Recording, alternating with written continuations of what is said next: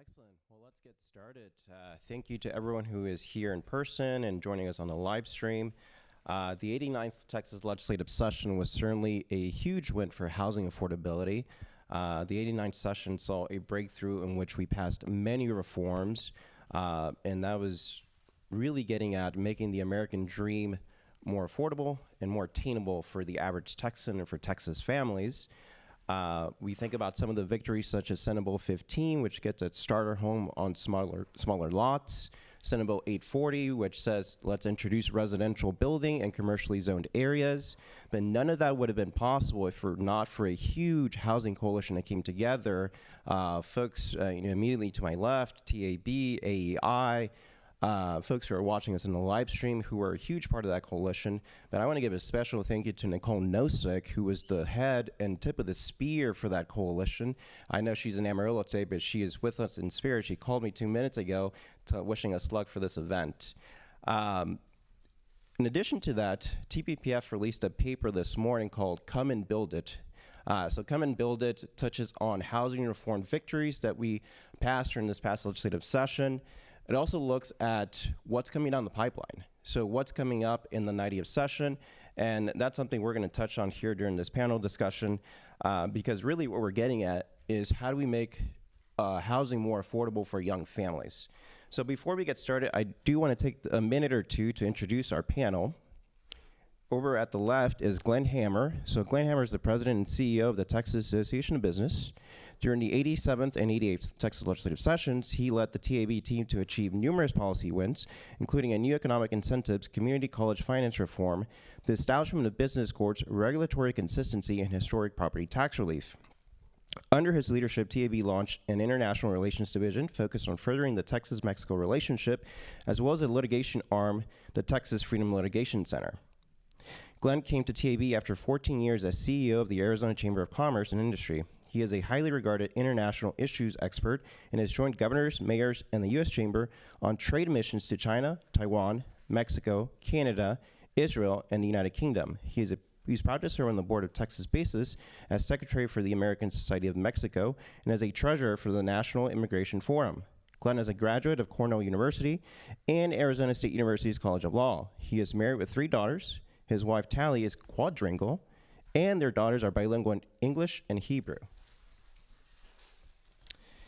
Immediately to my left, Edward Pinto serves as Senior Fellow and Co-Director of the AEI Housing Center at the American Enterprise Institute.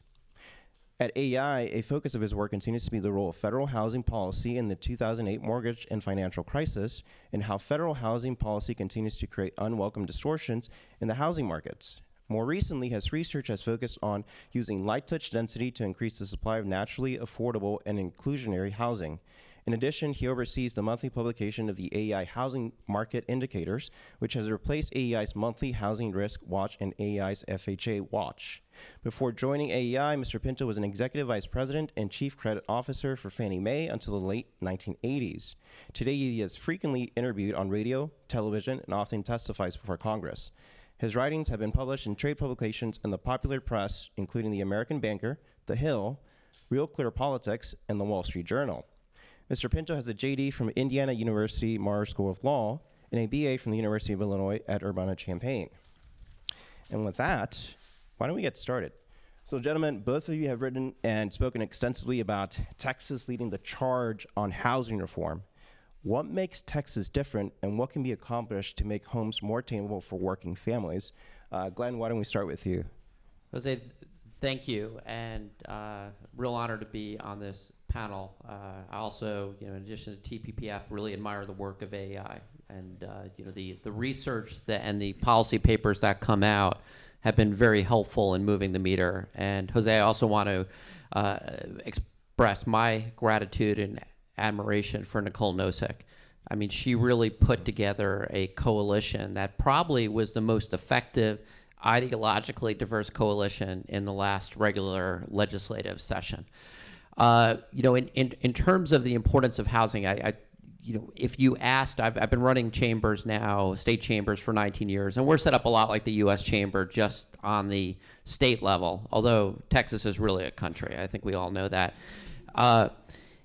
10 years ago, the issue of workforce housing affordability would not have registered in the top 10, maybe not top 20. 5 years ago, maybe a top 15 issue. But now it is a top issue. And in Texas, it's particularly important because people want to move here. We have the healthiest, strongest economy in the country. We're adding more jobs than any other state. Actually, with our GDP at $2.8 trillion, you could argue we have the strongest economy on the planet in terms of growth. But now even, you think about it, SpaceX is headquartered here. We probably have the best economy in the galaxy. That comes with infrastructure challenges. So between dawn and dusk today, we will have added at least on net 1,000 people. And that means that we need more housing and affordable housing for the men and women who are powering the Texas economic miracle. So, Jose, this is the reason for us housing became a top 5 issue, and the reason we were proud to join with Nicole, TPPF, and an incredible coalition to work on those 3 bills and others that you mentioned that are now Texas law. Excellent. Ed, same question. What makes Texas different, and what can be accomplished here to make homes more attainable for families? Great question, and thank you for the opportunity to be here. It's always a pleasure to come back to Texas. I remember, must have been about 4 years ago, I was hosted by the Austin Chamber of Commerce, and then they introduced me to a mayoral candidate, Kirk Watson, in the primary, back whatever year that was, 23 maybe, and we spent 45 minutes or an hour talking about light touch density, and that led to the Home Act in the following January through July that got passed by the City Council. And then in January 4th, 2023, so coming up on 3 years, I get an email out of the blue from Nicole Nosek. Scott Norman, Executive Director of the Texas Home Builders, gave me your contact information. I'd love to connect with you. I'd like to see how you could help us with our legislative efforts. We have a new pro-housing organization called Texans for Reasonable Solutions that we're trying to empower the free market to solve the housing crisis. And so we started collaborating back then and worked very closely on fashioning the SB 15, what we call new residential subdivision, and also on SB 840, the residential overlay, as like we call it, in commercial districts. So we spent a lot of time looking at Texas. We've also spent a lot of time researching. As you mentioned, we do a lot of research. We went back, and we just covered this at our conference last week in DC, our 14th annual conference, and we went back to Texas to Houston, to the beginning of the real effort to address housing for the Houston residents, and that was when they reduced the minimum lot size in Houston. So a lot of people think that Houston has affordable housing, and it is the most affordable large city in the United States because it doesn't have zoning. That's just not true. It does not have zoning, but it did have land use restrictions, and the key land use restriction was minimum lot size. Any relationship is not a coincidence to what SB 15 just passed, which is a minimum lot size change. Secondly, there's also a thought that the reason Houston has a relatively affordable housing is because it just keeps sprawling and extending and extending and extending. That also, it does sprawl some, but that is also not true. What the lot size change in 1998 did, it is allowed the building of tens and tens and tens and tens of thousands of housing units, first within, I think it's the 610 loop, and then it was extended in 2013 to the entire city. And this allowed people to build housing on lots that were as small as 1,400 square feet. And as I said, tens and tens and tens of thousands of housing homes got built. That has been what has allowed Houston to remain affordable. So I know there's an election, a referendum tomorrow in Austin, and I took an opportunity to sort of figure out what's the difference between Austin and Houston and why it's so important that the state legislature keep moving forward on the issues that it took on in this last session, but in the future. So we look at Houston, we have 2 factors that we track. One is displacement pressure, which is median house price divided by median income. We found in looking at 65 different characteristics, that was the single most predictive characteristic of homeless rates, the rate of homelessness in a city or in a metro. So displacement pressure, median house price divided by median income. Displacement rate, what is the number of homeless on the one day that HUD mandates to count homeless in January? What is that displacement rate per 1,000 residents? Houston has got a displacement pressure of 4, San Antonio's 3.9, Fort Worth 4.1, Dallas 4.2. We're going to call those all 4. Austin 5.6. Austin is much less affordable than those other 4 large cities in large metro areas in Texas. Displacement rate, Houston 0.5 per 1,000, 0.5 per 1,000.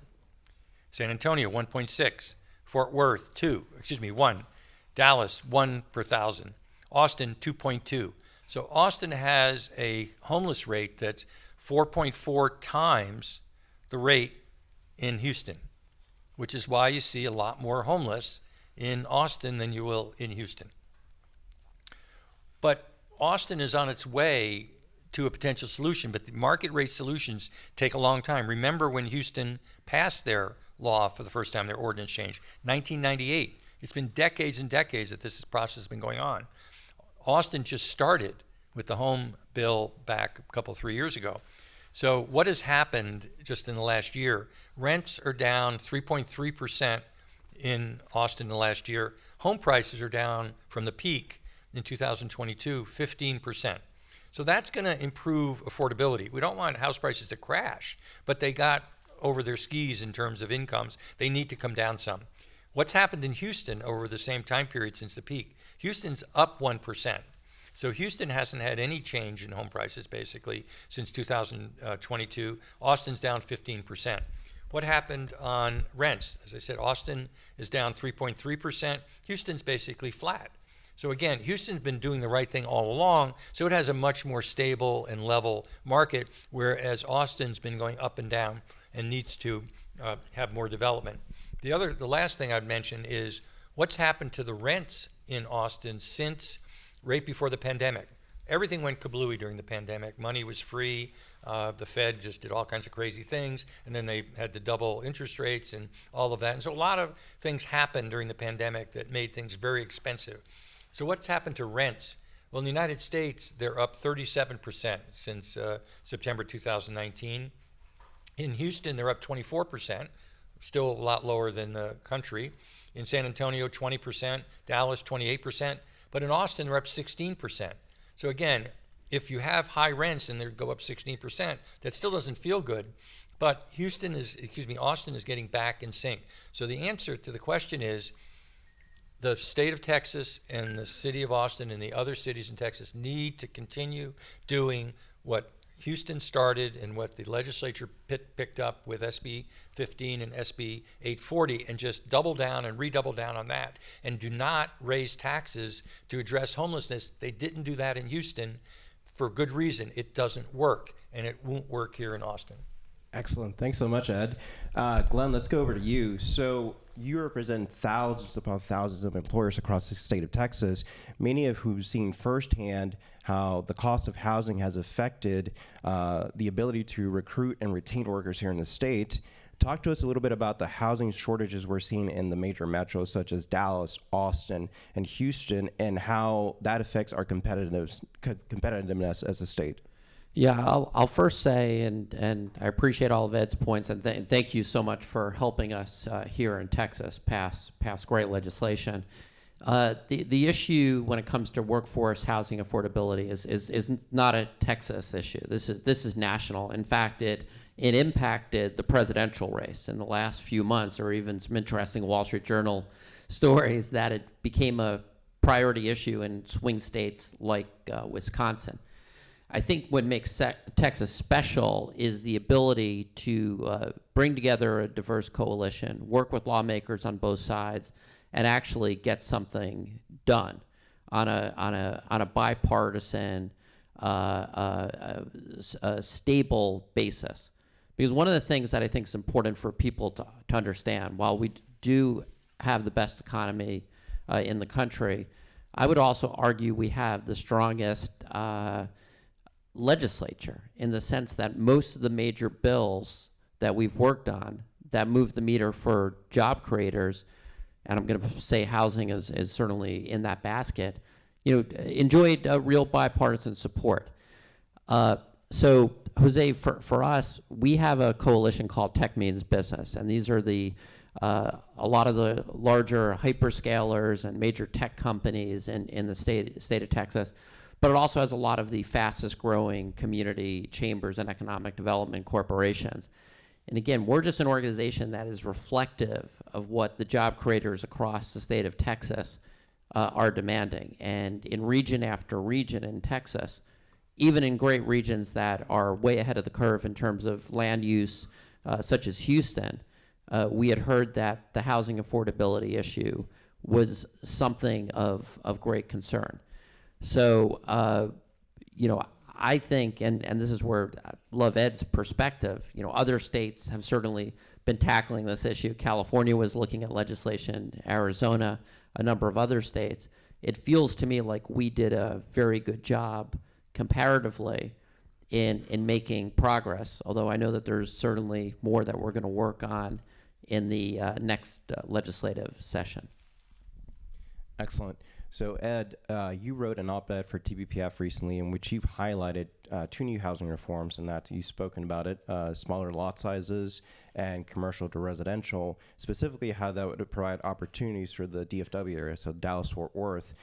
For folks who haven't followed that legislation or those two pieces of legislation, can you talk to us in practical terms, what do they mean for Texans? So let me talk about what it means across the United States.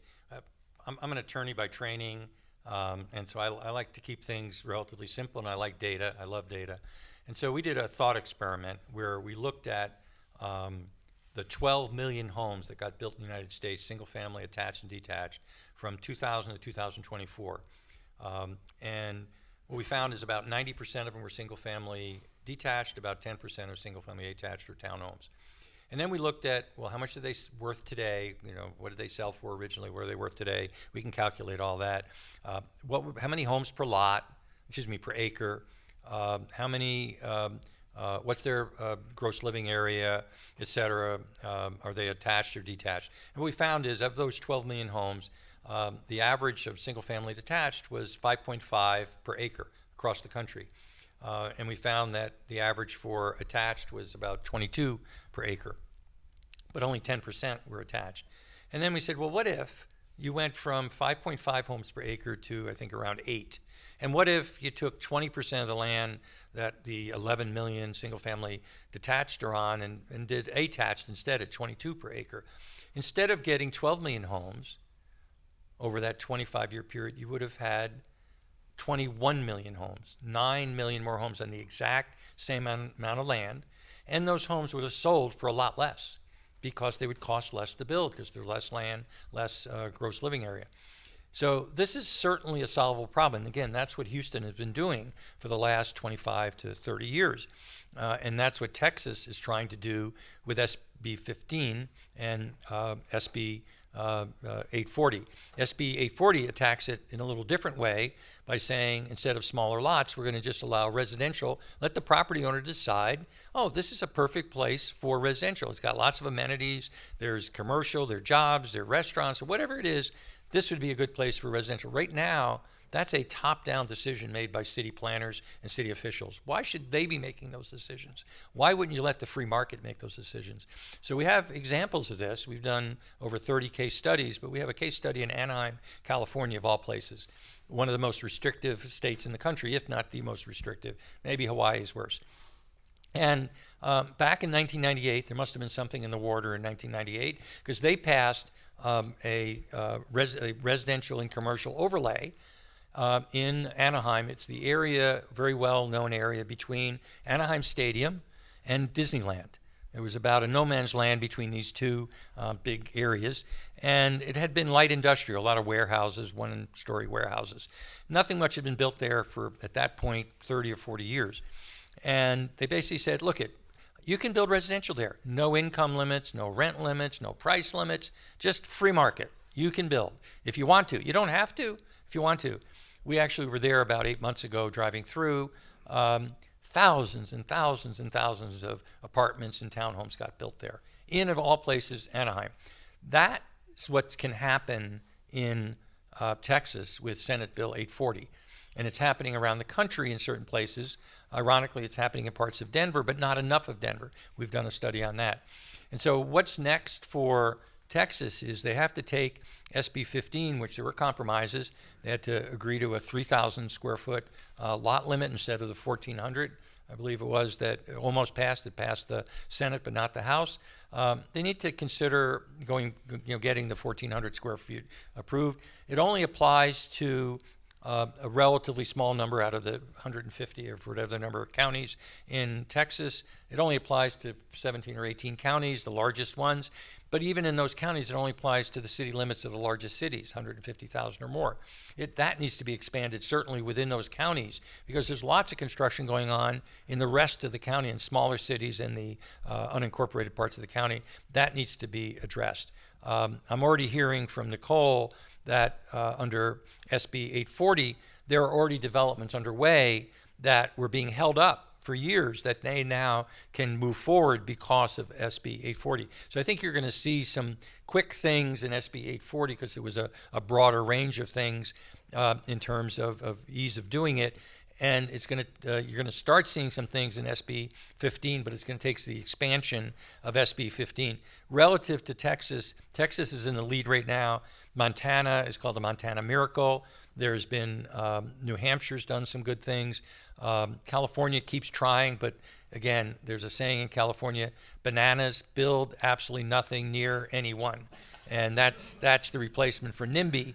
They actually have bananas. And so California keeps trying, but it's very difficult because everything's difficult there. Florida is trying, which is really the main economic competitor to Texas is Florida. They both have zero income tax, and they're both, the second and third largest states. And so Florida is trying to emulate. They're behind Texas. It's less affordable than Texas. Not anywhere near as California, but they're less affordable than Texas. And they haven't passed a clean bill like Senate Bill 840, and they do not have the SB 15 type bill. However, I'm working with a group, and we're trying to emulate the work of Nicole. Nicole's talked to them, and there's a coalition in Florida to do the same thing that Texans for Reasonable Solutions did in Texas, and to try to get that through the Florida legislature. And one of the arguments we're making is you are behind Texas. But Texas also needs to move forward because, as you said, there's 1,000 people in the last, the daylight hours just moved into Texas, and that's going to keep going.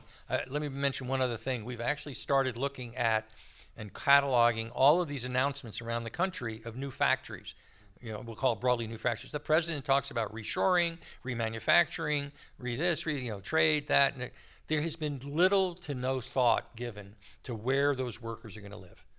And so what we've actually done, we have all these data sets, and I just was going over it this morning with my staff. We've got maps. We know where each of these factories is located. We know how many employees, and then we know how much housing has been built within 5 or 10 miles of those sites. And in general, except in places like Texas and a couple of other places, the answer is slim and none. It's not even an afterthought. They just haven't even thought about it. So one of the things that we're thinking about is, where housing in the golden age. The president talks about a golden age.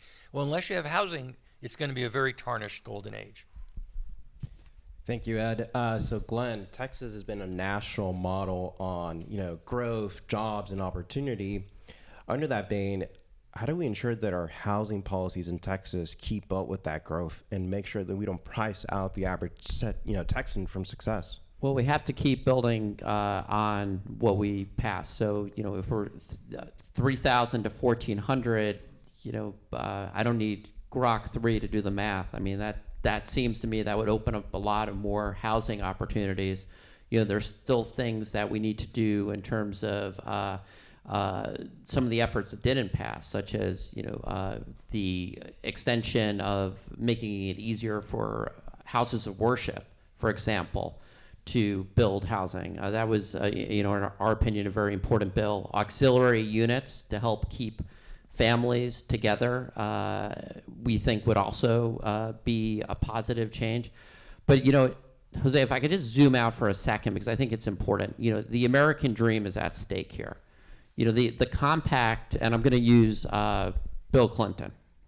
Bill Clinton used to say in the 90s, you work hard, you play by the rules, you should live a good life, more or less. I'm paraphrasing.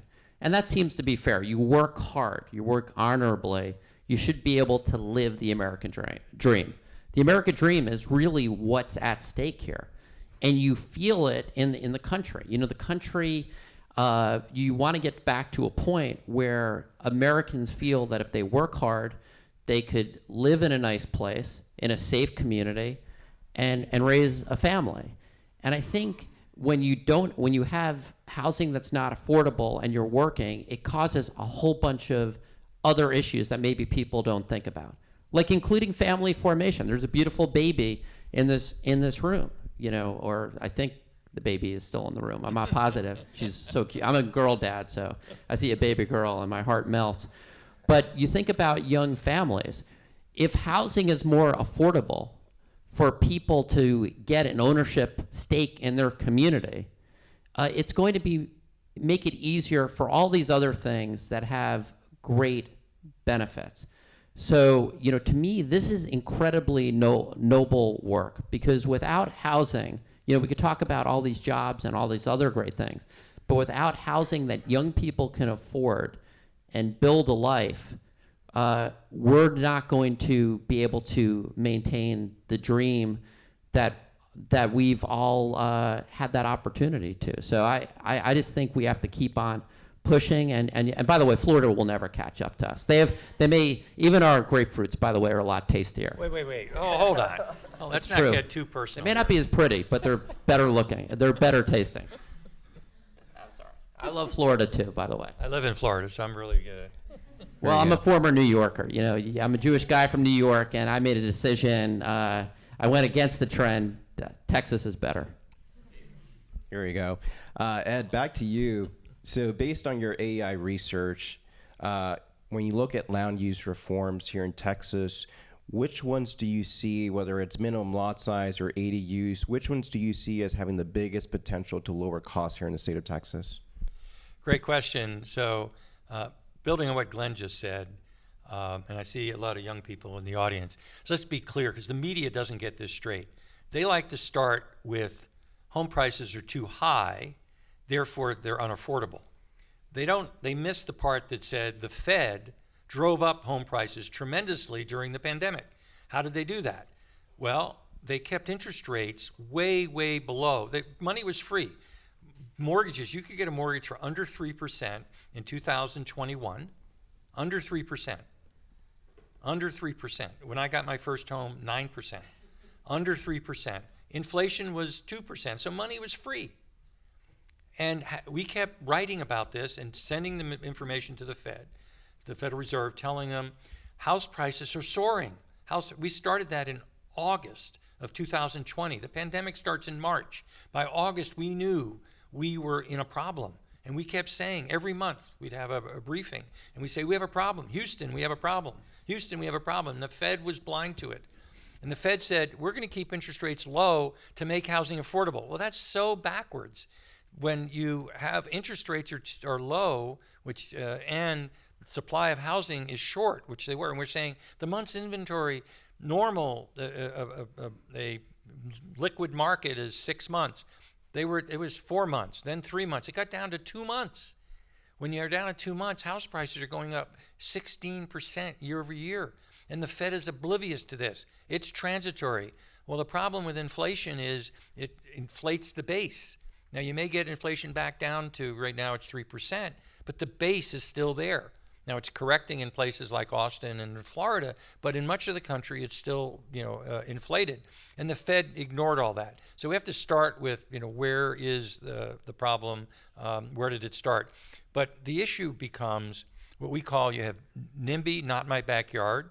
You have YIMBY, yes in my backyard.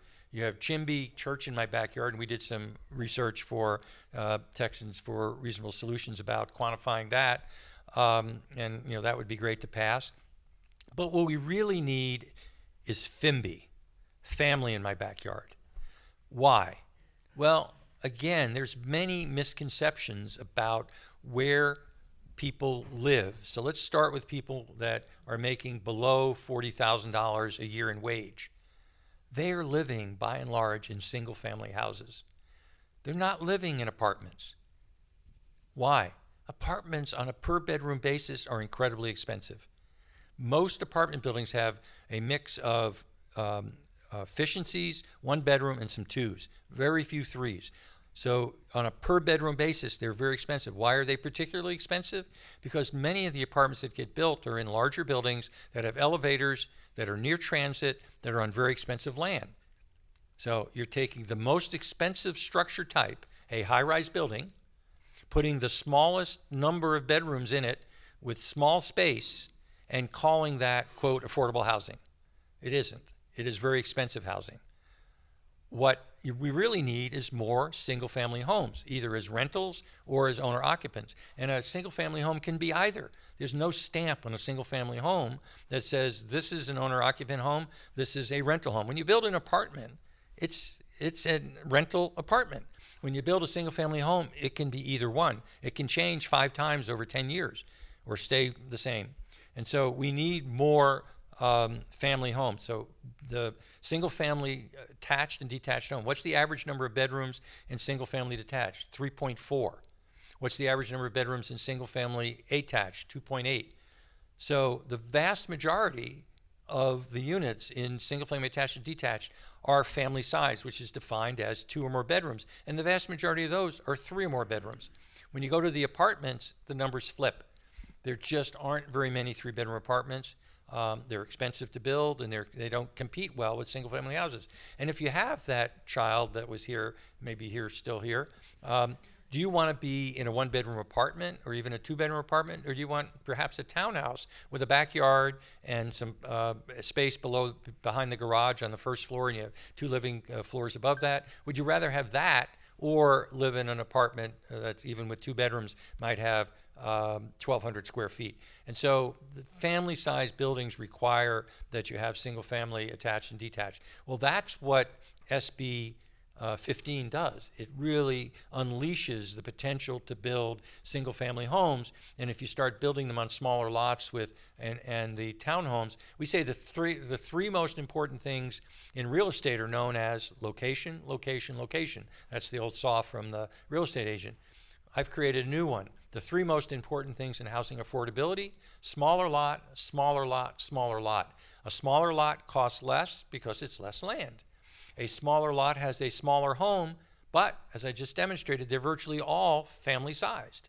And a smaller lot, if you put a townhome on it, costs even less because the townhome doesn't have as many exterior walls. It doesn't have as many exterior windows.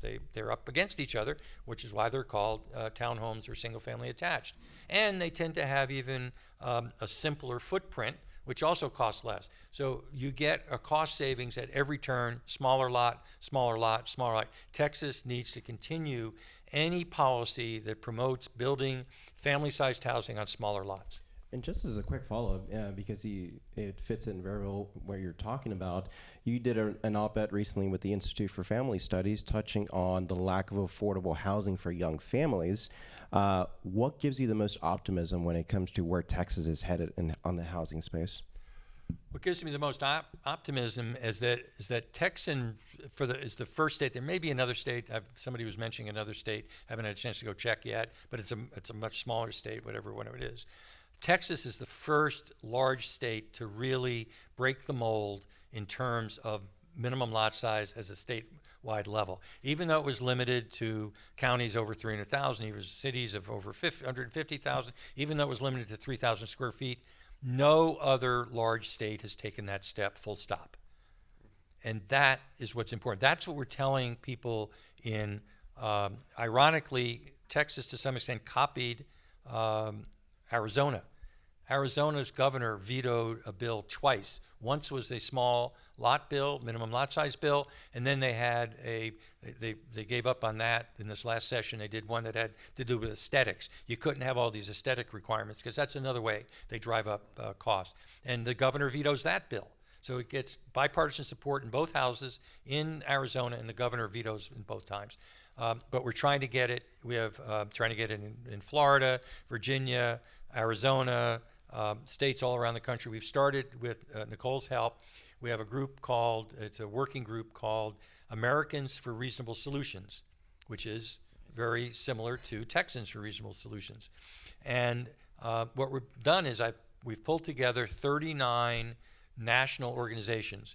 We have the home builders, we've got the realtors, we've got the Chambers of Commerce, we've got the Salvation Army, we've got think tanks, we've got Progressive Policy Institute, we've got groups all across the spectrum, just like what Nicole did in Texas, but we're doing it at the national level. We have D.R. Horton, Herbal is in the audience here. We have the leading home builders of leading builders of America. We have lots of different groups and homeless groups. We have all kinds of groups. And we basically said, look, we're all knowledgeable of what we need to do. We need more supply. We need to follow the Texas example. Texas needs to do more, but we also need to follow the Texas example.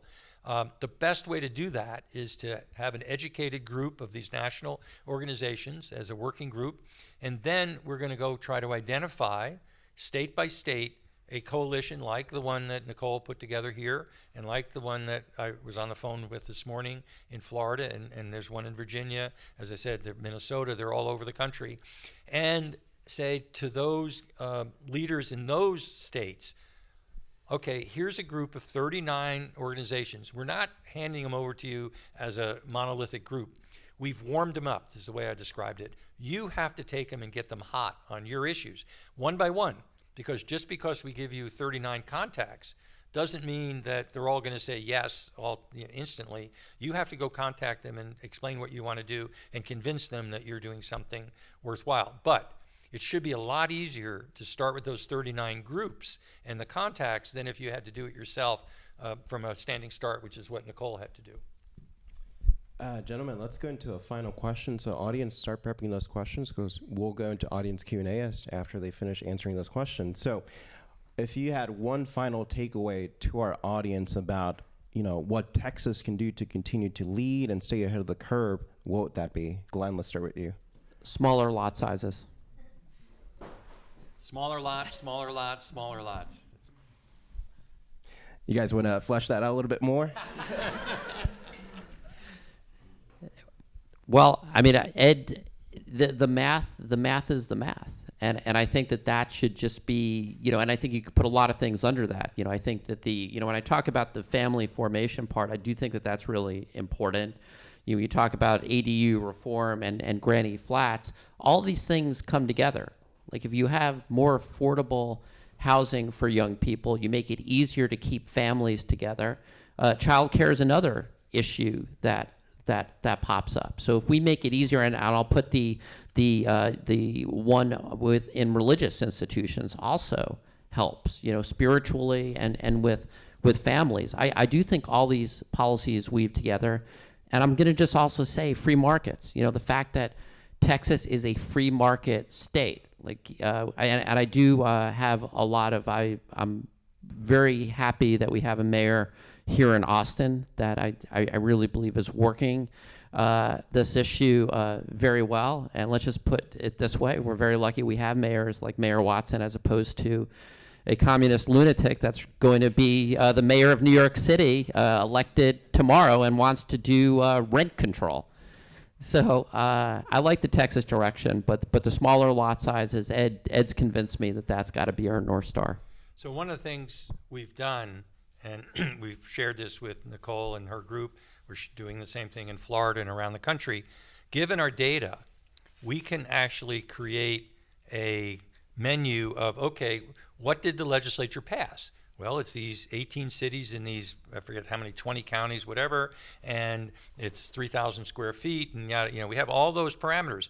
We can actually make a projection, which we've done, of how many homes that will yield each year for the foreseeable future. So you can go out 10 years or whatever. Well, then we can say, okay, change it to, instead of 150,000 population of the city, change it to 100,000. Change it to all cities. Change it to the entire county.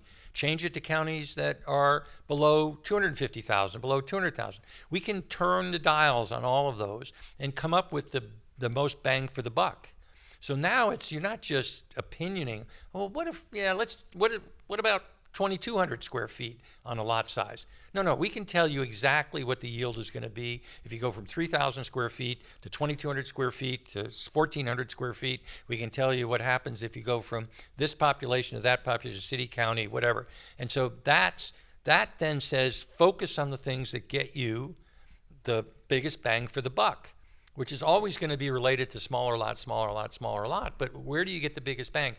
Don't bother. I think it was 5 acres minimum for a new residential subdivision. We've concluded that going to 3 acres or going to 8 acres doesn't make much difference. You don't get much. So don't bother with trying to go from 5 to 3 because you don't pick up much. Going to 8, you lose a fair amount, but going down to 3, you don't lose anything. So don't worry about that or have that as a throwaway. But focus on the things that actually, when you turn the dial, actually get you a lot of additional supply, because the more additional supply you get, the lower the prices are going to be. And one of the things that, again, is a common misconception, the common misconception is builders will only build the most expensive housing. That's why we have expensive housing. And the answer is that is absolutely not true. Builders will build what's legal. And if it's legal to build on smaller lots, they will make more money on smaller lots. We have all kinds of evidence. Houston's, of course, is a perfect example of that. But the example is very simple. You have 10 acres, and let's forget the streets and stuff, and each lot is 1 acre. You have 10 lots, and you build $1 million houses. You sell that for $10 million. You take the same 10 acres, and you build 150 townhomes on it, which is 15 townhomes per acre. You sell the 150 townhomes for $350,000 a piece. That's multiples. That's $45 million. Believe it or not, Henry Ford figured this out with the Model T. You make more money building Model Ts than expensive cars. You make more money building less expensive housing than expensive housing.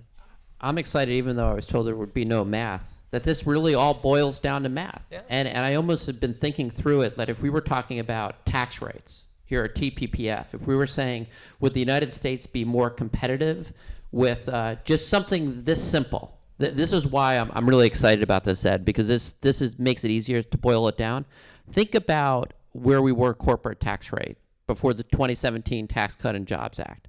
It was about 35%, highest in the industrial world. Now it's 21%. Inversion. You know what we've eradicated? We've eradicated polio and inversions.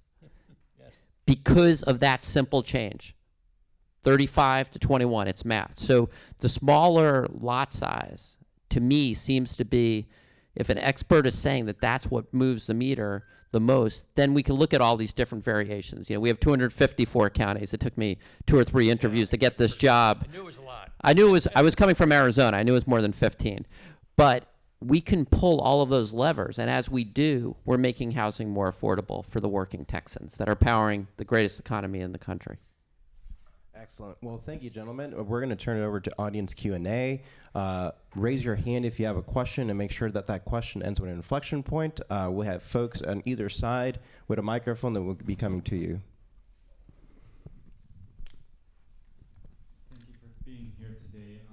Of a discussion about monetary policy and the role that has on affordability, and I kind of wanted to expand that. If you look at historical economic data for much of the 20th century, there's a very close relationship between productivity and real wages, but then in 1971, Nixon closes the gold window. We get pure fiat currency, and then that relationship decouples with productivity going up significantly and real wages staying essentially stagnant. What role has that played in the housing affordability crisis, and how do we get those two to recouple? Well, I'm not going to be able to talk too much about I have opinions on these things, but it's sort of beyond the scope here. All I would say is, if you look at Houston, again, we looked at the 13 largest continuums of care, which are the homeless groups that HUD keeps track of. So the 13 largest in population. of which Houston, of course, is one of those. And Houston has the lowest housing pressure of all 13, and Houston has the lowest homeless rate of all 13. And Houston, as I said before, has the most affordable housing, which is evidenced by the lowest housing pressure. And so the answer is more supply. So, things have happened, but what has kept the supply down?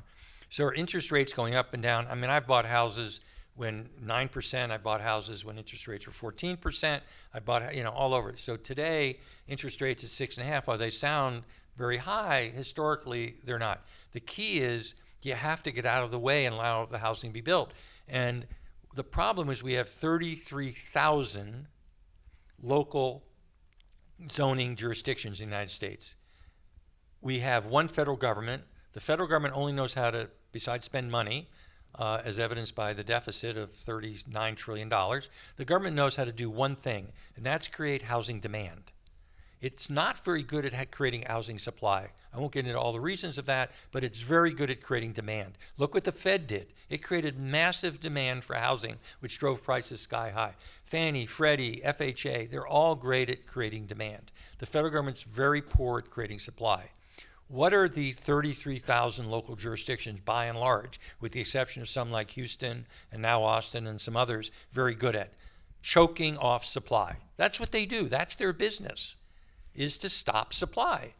But it's worse than that. It's to make it expensive.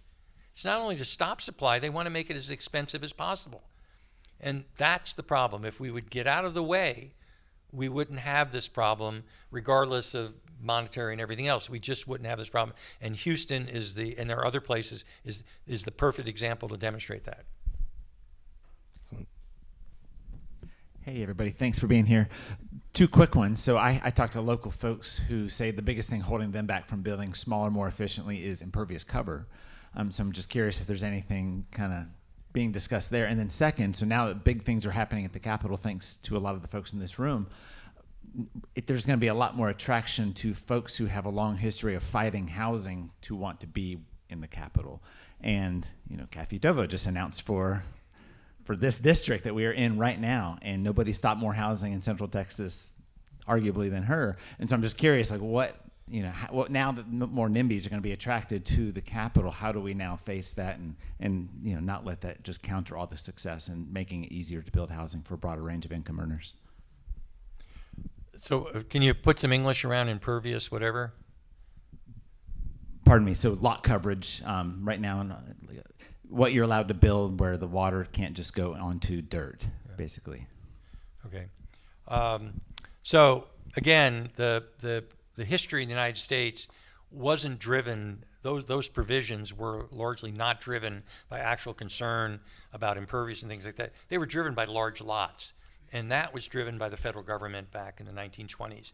They had a goal. The goal, this is going to sound crazy today, but the goal in 1922 was to drive up the price of housing purposefully by making lots larger and restricting most of residential zoned area and creating zones to single-family detached on larger lots with a lot of pervious, if there's impervious, whatever the opposite of that, space that percolates, I guess. That wasn't for percolation. It was just to drive the price up. Why'd they want to drive the price up?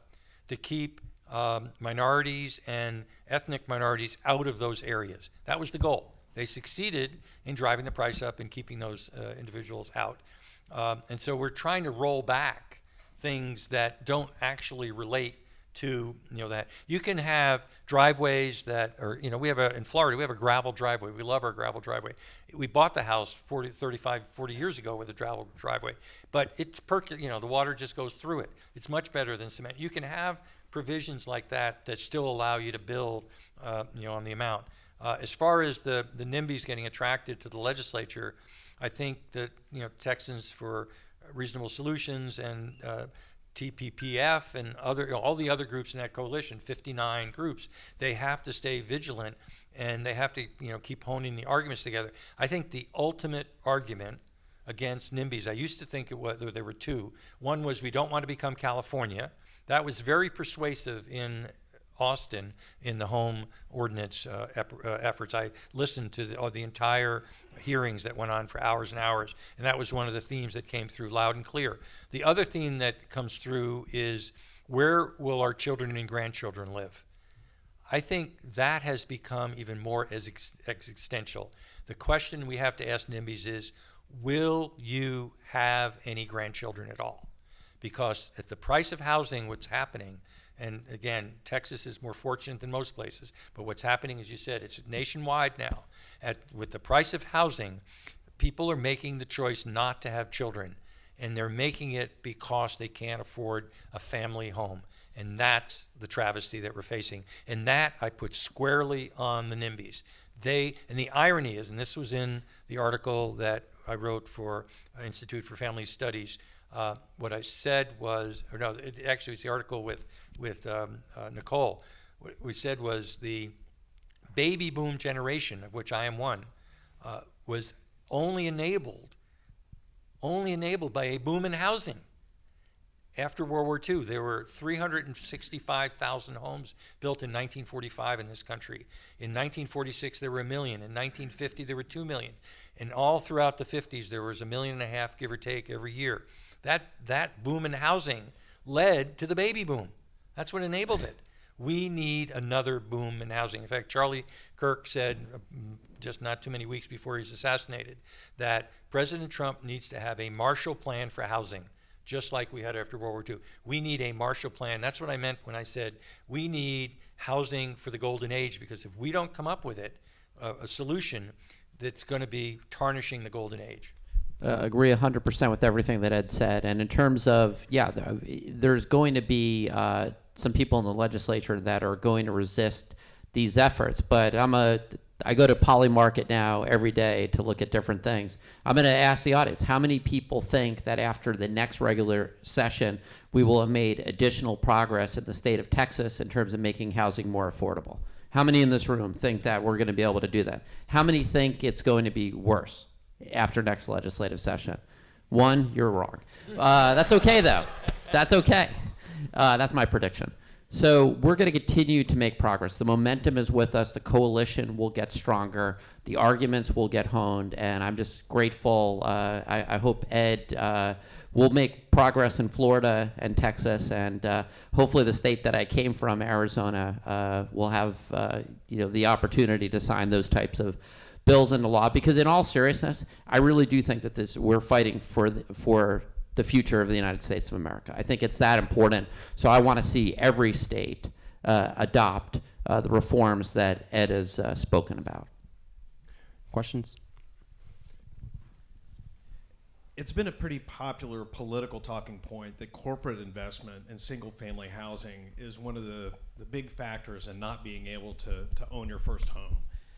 Ed, I think I caught a headline from a study that AEI did about dispelling myths associated with corporate ownership of single-family housing. Could you, in a nutshell, summarize what that said for us? Absolutely. So let me put the facts out first. So you have investor ownership of single-family homes. That means from the mom and pop, as they're called, you own 1, 2, 3, 4 units, 10 units, whatever, to the institutional owners, which we call 100 units or more nationwide. And we break them out into 2 to 10, 10 to 2 to 9, 10 to 99, 100 to 999, and then above 1,000 or more. Nationwide, something like 14 or 15% of all the single-family homes are owned by by investors, but only 0.9%, less than 1%, are owned by institutional investors, where they own or more than 100 units. That's stock, what they own in the stock.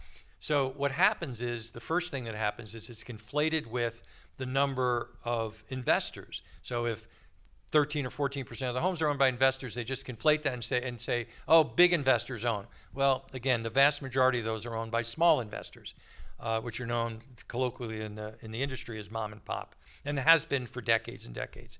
Secondly, they confuse stock with in and out. So if you're an institutional investor, you're buying and selling constantly. And if you own 1,000 homes and you buy 500 and you sell 500, you still own 1,000 homes. And that's roughly what the point of stasis is with the large institutional investors.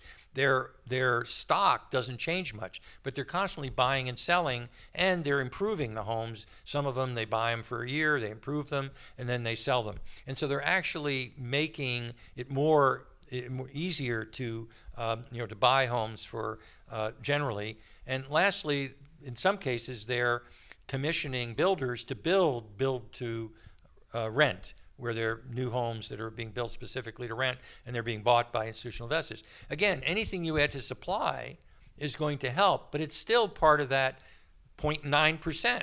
And I was looking at the numbers right before this meeting, and in Texas it was 1.4%, I think, are institutional investors. We got onto this when we were asked by someone, a reporter from New Hampshire, and there was a person running for governor who had been on the board of BlackRock, which is one of the big bad owners of institutional housing, or single family for rent.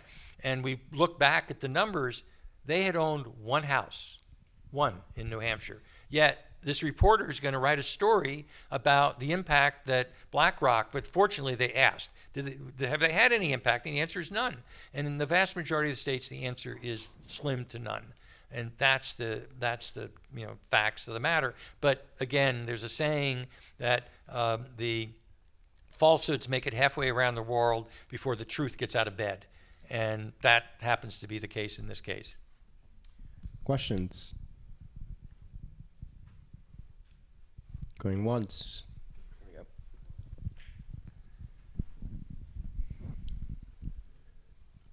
To what extent does the complexity of land development codes contribute to affordability problems? And is there anything at the state level legislatively that can be done to address it? So I get asked that question a lot, and certainly there are things. And the home builders like to talk about the 4 or 5 L's, I've lost track: land, labor, laws, lumber. And that's why we did that thought experiment that said, we're going to change one variable, lot size. The cost of lumber is the same. The cost of labor is the same. The laws are the same. The cost of financing, everything's the same. We're just going to change one thing. We're going to say, instead of 5.5 homes per acre, we're going to make it, whatever I said, 8 homes per acre, 7.5, whatever the number was, and then build some more townhomes. Over 25 years, and you get 9 million more homes. Now, sure, you could have run into a supply constraint here or there, but in general, the market, what does the free market do? It provides lumber, it provides labor, it provides all these things. And so the big variable is the lot size. So it goes back to smaller lot, smaller lot, smaller lot. So when we met, and this goes back to something Glenn said, I was meeting with the housing lead at the National Association of Realtors, for legislative lead. And he said, Ed, you've made our job so much easier.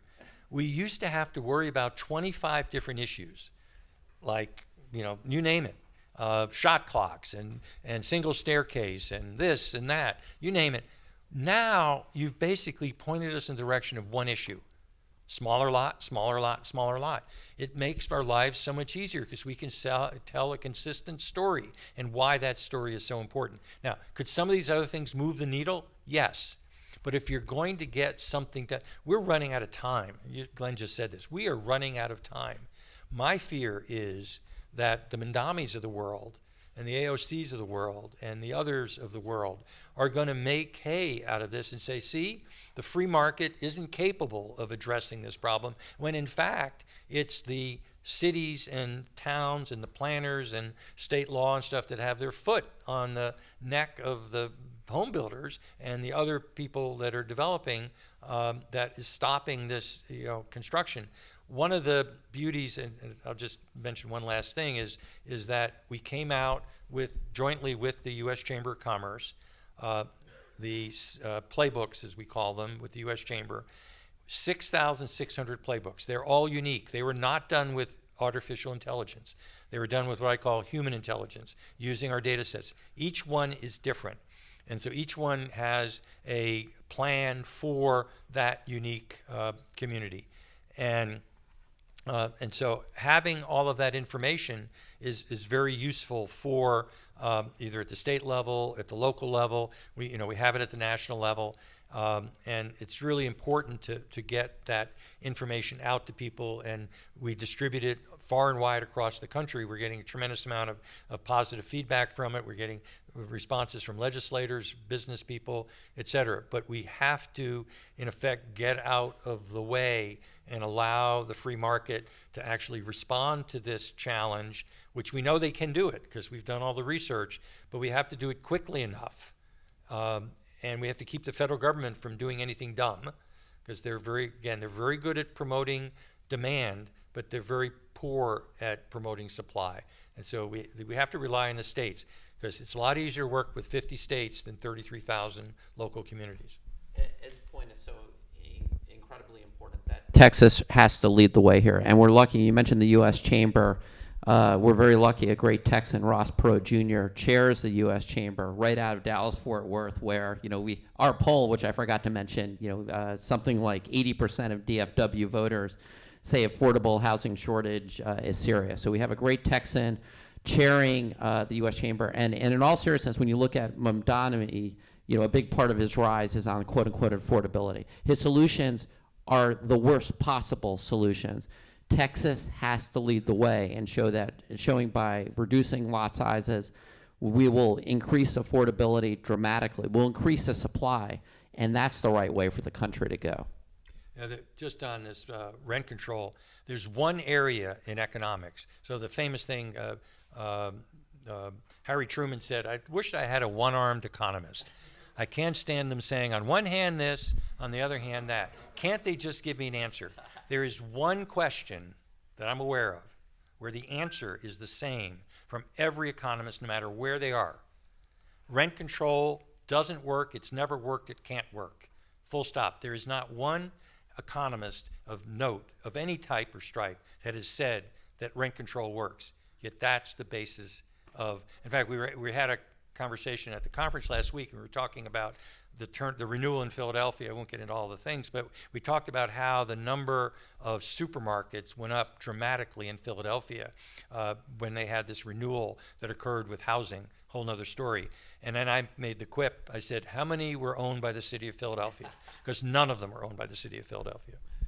And with that, I want to thank our in-person audience, those of us watching on the live stream. Thank you for joining this fantastic panel, and please join me in giving a warm applause to Ed and Glenn. Thank you.